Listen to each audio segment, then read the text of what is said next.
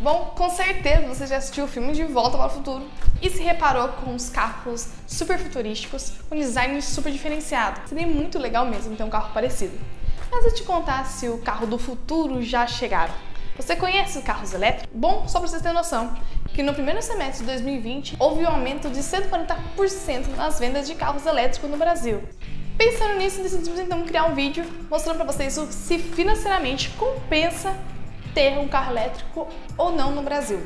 Ficou curioso? Então fica até o final que eu vou responder todas as suas dúvidas, se vale a pena financeiramente ou não, se ele vai gastar mais, se a manutenção dele é mais cara, ou seja, todas essas perguntas que vocês devem estar se perguntando, a gente vai respondendo até o final do vídeo. Então fica até o final com a gente. Então bora!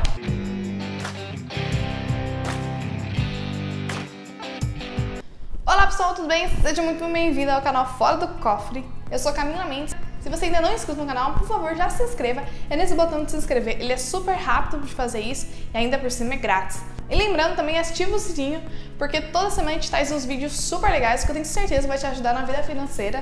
E também não se esqueça de deixar o like, que isso ajuda muito a gente, porque a gente está no começo do canal. E o YouTube entende que o vídeo é bom e começa a recomendar para as outras pessoas.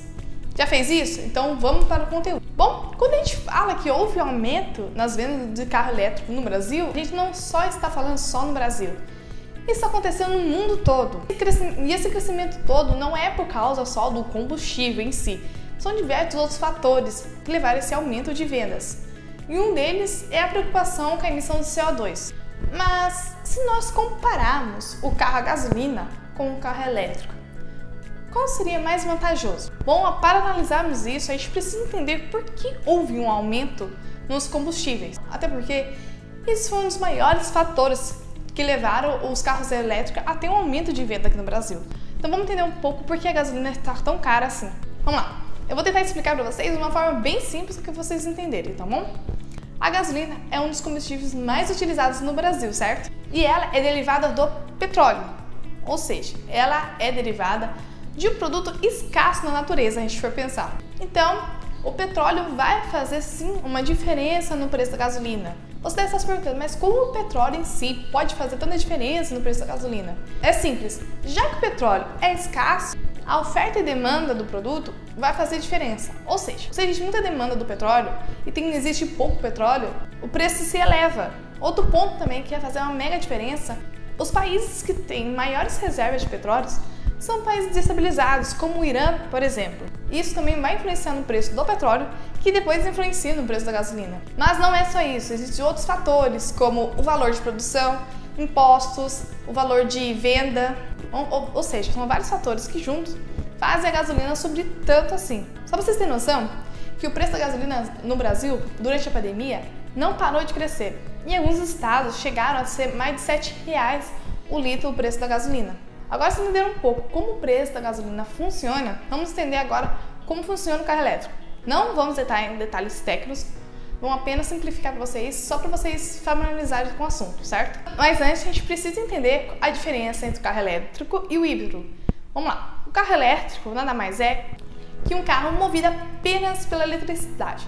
Ou seja, ele tem uma bateria, digamos assim, que armazena a energia que vai fazer ele andar. Já o carro híbrido é diferente. Ele consegue usar as duas coisas, ele consegue usar tanto a combustão quanto a energia elétrica. Uma das maiores vantagens de você ter um carro elétrico, por exemplo, é que os pontos de abastecimentos para esse tipo de carro, a maioria deles você não paga. Ou seja, você não paga para carregar seu próprio carro. Mas depende, tem alguns pontos que você vai ter que pagar, ou simplesmente se você tiver uma estação na sua casa para você carregar seu carro, aí você vai ter que pagar pela energia mesmo, não tem muito o que fazer. Mas não é todas as cidades que tem esses pontos, então vale a pena você dar uma pesquisada antes de você fazer uma compra. Outro ponto, também super vantajoso de ter um carro elétrico, é que a sua manutenção é mais simples e mais barata. Porque, diferente dos carros comuns, ela não tem diversos componentes que esses carros têm. Então, para você fazer uma manutenção vai ser bem mais simples. Só para vocês terem noção, fizeram algumas pesquisas. Nessas pesquisas mostraram que você consegue economizar até 50% de manutenção em comparação com um carro comum. Ou seja, você vai economizar mais de 50% de manutenção comparado aos carros comuns, a diesel, a gasolina, a álcool. Outro ponto importante também é que na cidade de São Paulo há um pequeno incentivo, digamos assim. Como assim? Para as pessoas que têm carro elétrico, eles dão isenção de rodízio de veículos. Outro ponto também positivo é que o Estado de São Paulo dá um reembolso do IPVA do carro. Porém, isso só é permitido para carros até 150 mil. Ou seja, não tem carro de 150 mil mais. Outra coisa também, que no Brasil, as pessoas que têm carro elétrico isentos a impostos de importação. Uma curiosidade para vocês. Só para vocês terem noção, que na Europa existe um acordo, onde até 2040 não serão mais permitidos carros que emitem CO2, ou carros que poluem o meio ambiente. Ou seja, a oferta e demanda de carros elétricos vai crescer muito. Bom, agora que você viu todos esses fatores que eu já mencionei, você deve estar se perguntando, mas afinal, qual vale a pena? Tá bom, se nós analisarmos todos esses fatores já mencionados, podemos concluir que a longo prazo, o carro híbrido ou o carro elétrico seria mais vantajoso. Por quê? Como eu falei, você consegue economizar bastante, porque você pode usar ou combustível ou eletricidade, só que a eletricidade, a maioria dos pontos de energia, você não paga pela energia. Então é mais vantajoso nessa parte.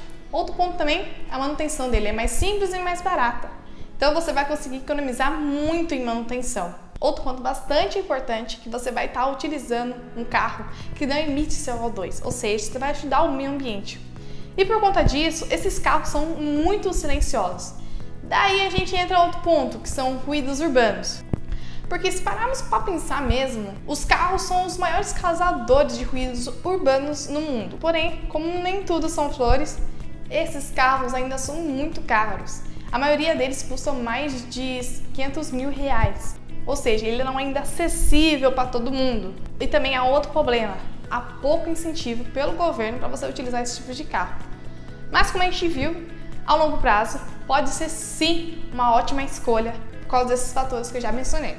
Bom, espero que tenha ajudado a vocês a entenderem como funciona o carro elétrico e se vale a pena ou não. Certamente ter respondido todas as suas perguntas se você estava em dúvida se vale a pena, se gasta muito, como ele funciona. Enfim, se você gostou desse vídeo, não se esqueça de compartilhar com seus amigos e, por favor, deixe aquele like, porque isso ajuda a gente muito. Não se esqueça de deixar no comentário sugestões de vídeo que você gostaria de ver no canal. Se você tem um carro elétrico, deixe no comentário também se valeu a pena ou não e se você recomenda para as outras pessoas. Bom, gente, é isso. Muito obrigada por ter ficado até o final comigo e até a próxima. Tchau!